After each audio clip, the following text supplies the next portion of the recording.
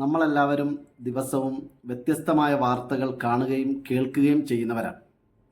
അവയിൽ തന്നെ ചിലത് നമ്മെ സങ്കടപ്പെടുത്തുകയും നൊമ്പരപ്പെടുത്തുകയും വേദനിപ്പിക്കുകയും വിഷമിപ്പിക്കുകയും ചെയ്യുന്നവയാണ്. ചിലതാകട്ടെ നമ്മളെ ഏറെ അമ്പരപ്പിക്കുകയും അതിശയിപ്പിക്കുകയും അത്ഭുതപ്പെടുത്തുകയും ചെയ്യുമ്പോൾ ചിലതൊക്കെ അതിജീവനത്തിൻ്റെ പുതിയ വാതായനങ്ങൾ തുറന്നിട്ട് തരുന്നവയുമാണ്. അത്തരത്തിലൊരു സംഭവമാണ് ഇന്ന് നിങ്ങളുമായി പങ്കുവെക്കാൻ ഉദ്ദേശിക്കുന്നത്. 2022 അമേരിക്കയിലെ പെൻസിൽവാനിയ എന്ന് പറയുന്ന സ്ഥലത്ത് നടന്ന അതിഭീകരമായ ഭയാനകമായ ഒരു സംഭവം.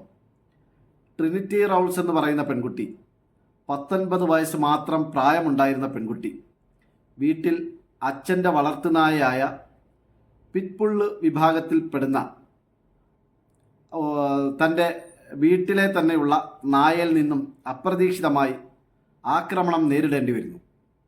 ആ ആക്രമണത്തിൽ പെൺകുട്ടി വല്ലാത്ത വിഷാദ രോഗത്തിനും അതിലുപരിയായി സമാനതകളില്ലാത്ത വേദനകൾ നിറഞ്ഞ ഒരു ലോകത്തേക്കും ആ പെൺകുട്ടി എത്തിച്ചേരുന്നു. നമ്മൾ സാധാരണ വാർത്തകളിൽ കാണുന്ന പോലെയുള്ള നായയുടെ ആക്രമണമായിരുന്നില്ല പെൺകുട്ടി നേരിട്ടത്.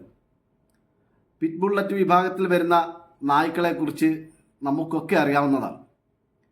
ഈ നായയുടെ ആക്രമണത്തിൽ പെൺകുട്ടിയുടെ മൂക്ക് മുറിഞ്ഞ് താഴെ വീഴുകയും താഴെ വീണ മൂക്കിൻ്റെ ആ ഭാഗം നായ പിന്നെയും കടിച്ചു കീറുകയും ചെയ്തു.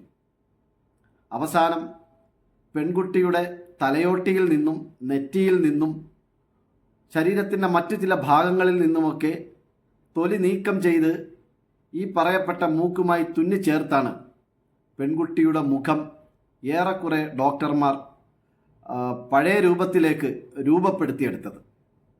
പക്ഷേ അപ്പോഴേക്കും പെൺകുട്ടിയുടെ ജീവിതത്തിൽ ധാരാളം സർജറികൾ നടന്നു കഴിഞ്ഞിരുന്നു. ഇതിൽ നിന്നെല്ലാം വിഭിന്നമായി പെൺകുട്ടി നേരിട്ട ഏറ്റവും വലിയ ഒരു പ്രതിസന്ധി, ജീവിതത്തിലേക്ക് ഒരിക്കലും തിരിച്ചു വരാൻ പറ്റാത്ത വിധം വലിയ മാനസിക സംഘർഷങ്ങൾക്കും വിഷാദ രോഗത്തിലേക്കും പെൺകുട്ടി വഴുതി വീണു. പലതരത്തിലുള്ള കൗൺസിലിങ്ങും പല രീതിയിലുള്ള ക്ലാസ്സുകളും ഒക്കെ പെൺകുട്ടിക്ക് നൽകിയിട്ടും ജീവിതത്തിലേക്കൊരു തിരിച്ചുവരവ് സാധ്യമല്ല എന്നുവരെ വീട്ടുകാർക്ക് തോന്നിയ ഒരവസ്ഥാവിശേഷം അവർക്കിടയിലുണ്ടായി.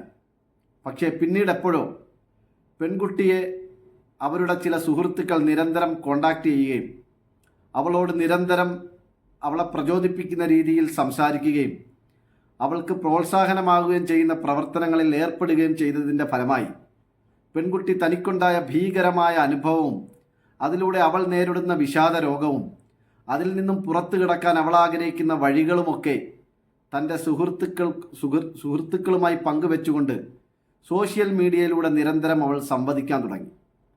സോഷ്യൽ മീഡിയയിൽ തൻ്റെ സുഹൃത്തുക്കളോട് പറഞ്ഞ കാര്യങ്ങളെല്ലാം ലോകത്തുള്ള ധാരാളം ആളുകൾ കാണുകയും കേൾക്കുകയും അവളുടെ പ്രയാസങ്ങളിലും പ്രതിസന്ധികളിലും അവൾ അനുഭവിക്കുന്ന സമാനതകളില്ലാത്ത വേദനകളിലും ലോകത്തുള്ള ഒട്ടുമിക്ക ആളുകളും അവളുടെ കൂടെ നിന്നു, അവളെ പിന്തുണച്ചു. അവസാനം മെല്ലെ മെല്ലെ ആ പെൺകുട്ടി ജീവിതത്തിലേക്ക് കടന്നു വന്നു. കഴിഞ്ഞ കുറേ ദിവസങ്ങളായി പെൺകുട്ടിയുടെ ഈ അനുഭവങ്ങൾ പറഞ്ഞുകൊണ്ട് അവൾ ദിവസവും സോഷ്യൽ മീഡിയ വഴി പങ്കുവെക്കുന്ന ഈ വാർത്തകൾ ഇന്ന് വലിയ വൈറലായി മാറിയിരിക്കുകയാണ്. ജീവിതത്തിൽ താങ്കൾ നേരിട്ട അനുഭവവും താങ്കൾ നേരിടേണ്ടി വന്ന ഭയാനകമായ സംഭവമൊക്കെ ജീവിതത്തിൽ ഞങ്ങൾക്കും വലിയ പ്രചോദനമാണെന്നും ജീവിതത്തിനോടുള്ള നിങ്ങളുടെ അഭിനിവേശം അവസാനിപ്പിക്കരുത് എന്നൊക്കെ പറഞ്ഞ് ധാരാളം പേർ ആ പെൺകുട്ടിയെ ഇന്ന് വലിയ രീതിയിൽ പിന്തുണയ്ക്കുന്നു. ഇത്തരം സംഭവങ്ങൾ നമ്മളും ഒരുപക്ഷെ ജീവിതത്തിൽ നേരിടേണ്ടി വന്നേക്കാം. പക്ഷേ നിത്യജീവിതത്തിൽ ധാരാളം പ്രശ്നങ്ങളും പ്രതിസന്ധികളുമായി കഴിയുന്ന നമുക്ക് ഇത്തരം സംഭവങ്ങൾ കേൾക്കുമ്പോൾ അത് വളരെ ഭയാനകമായ സംഭവമായി തോന്നുകയും നമ്മുടെ പ്രയാസങ്ങളും നമ്മുടെ പ്രശ്നങ്ങളുമൊക്കെ അങ്ങേ അറ്റം നിസ്സാരമാണെന്ന് മനസ്സിലാവുകയും ചെയ്യും. ഇപ്പോൾ നമ്മളുടെ നാടായ വയനാട്ടിലുണ്ടായ സംഭവം തന്നെ നമുക്കിതിനോട് ചേർത്ത് വായിക്കാവുന്നൊരു കാര്യമാണ്. നമ്മളുടെ പ്രയാസങ്ങളും പ്രതിസന്ധികളും വെച്ച് നോക്കുമ്പോൾ അവരനുഭവിച്ച വേദനകളും നൊമ്പരങ്ങളും അവർ നേരിടുന്ന അതിജീവനത്തിൻ്റെ പുതിയ ലോകവുമൊക്കെ നമ്മളെ സംബന്ധിച്ചിടത്തോളം ഒരു വെല്ലുവിളിയേ അല്ല. ജീവിതത്തിൽ നമ്മൾ നേരിടുന്ന പ്രയാസങ്ങൾക്കോ നമ്മൾ നേരിടുന്ന പ്രതിസന്ധികളോ ഒന്നും വലിയൊരു സംഭവമേ അല്ല. അതുകൊണ്ട് ഇത്തരം ചില സംഭവങ്ങൾ നമ്മൾ വായിക്കുകയും കേൾക്കുകയും ചെയ്യുമ്പോൾ നമ്മൾ ചിന്തിക്കുകയും നമ്മൾ മനസ്സിലാക്കുകയും ചെയ്യേണ്ട കാര്യം, ജീവിതത്തിൽ നമ്മൾക്കും വെല്ലുവിളികൾ നേരിട്ടേക്കാം. നമ്മളും ജീവിതത്തിൽ പ്രതിസന്ധികളിലൂടെയും പ്രയാസങ്ങളിലൂടെയും അത്തരം നൂൽപ്പാലങ്ങളിലൂടെയൊക്കെ നമ്മളും കടന്നുപോയേക്കാം.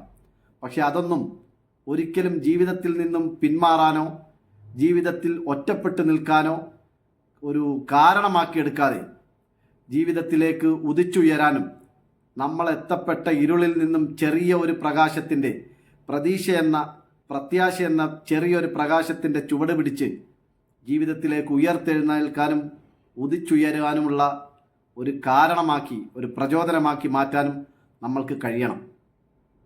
അത്തരം ജീവിതാനുഭവങ്ങളിലേക്ക് വിരൽ ചൂണ്ടുന്നതാവട്ടെ, അത്തരം പ്രചോദനങ്ങൾക്ക് വഴിമരുന്നിടുന്നതാവട്ടെ ഇത്തരം സംഭവങ്ങളെന്ന് നമ്മൾ പ്രത്യേകം ഓർക്കണം.